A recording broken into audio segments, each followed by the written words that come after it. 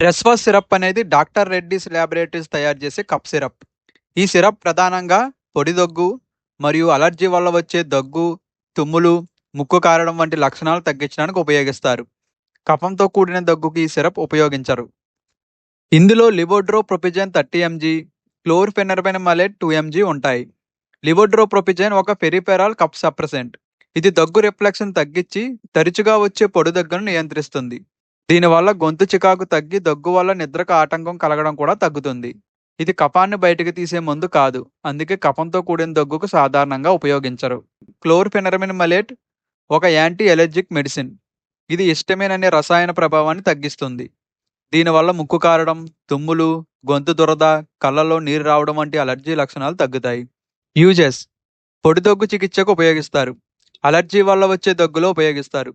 గొంతు చికాకు వల్ల వచ్చే దగ్గును తగ్గించడానికి ఉపయోగిస్తారు. తుమ్ములు, ముక్కు కారడం వంటి అలర్జీ లక్షణాలు ఉన్నప్పుడు కూడా ఉపయోగిస్తారు. రాత్రి సమయంలో ఎక్కువయ్యే పొడి దగ్గును తగ్గించడానికి డాక్టర్ సూచన మేరకు ఉపయోగిస్తారు. డోసేజ్: ఈ సిరప్ను డాక్టర్ సూచించిన మోతాదులో మాత్రమే వాడాలి. ప్రతిసారి బాటిల్ను బాగా షేక్ చేయాలి. మెజరింగ్ కప్ లేదా మెజరింగ్ స్పూన్తో మాత్రమే మోతాదు కొలవాలి. డాక్టర్ సూచన మేరకు ఆహారంతో లేదా ఆహారం లేకుండా తీసుకోవచ్చు. లక్షణాలు తగ్గాయని మధ్యలో మందు ఆపకుండా డాక్టర్ సూచించిన రోజులు వాడాలి. సైడ్ ఎఫెక్ట్స్: నిద్రమత్తు, నోరు ఎండిపోవడం, తల తిరగడం, తలనొప్పి, వికారం లేదా వాంతులు, చూపు మసకబారడం, అరుదుగా అలర్జీ రావచ్చు. ప్రికాషన్స్: ఈ సిరప్ తీసుకున్న తర్వాత వాహనం నడపడం లేదా యంత్రాలు ఆపరేట్ చేయడం చేయకండి. నిద్రమత్తు రావచ్చు. మద్యం సేవించకండి. నిద్రమత్తు మరింత పెరగవచ్చు.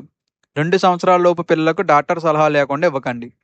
ఇతర దగ్గు లేదా అలర్జీ మందులు తీసుకుంటే డాక్టర్కు తెలియజేయండి. గర్భిణీలు మరియు పాలిచ్చే తల్లులు డాక్టర్ సూచనతో మాత్రమే వాడాలి. ఆల్టర్నేటివ్ బ్రాండ్స్: రెస్వాస్ సిరప్ కాంపోజిషన్తో లభించే కొన్ని brands: Ascoril LD syrup, Expect LD syrup, Asthakind LDP syrup. Important points: Reswas syrup కఫంతో కూడిన దగ్గు కోసం కాదు. కఫం ఉన్న దగ్గుతో ఈ సిరప్ వాడితే దగ్గు తగ్గి కఫం బయటకు రాకపోవచ్చు.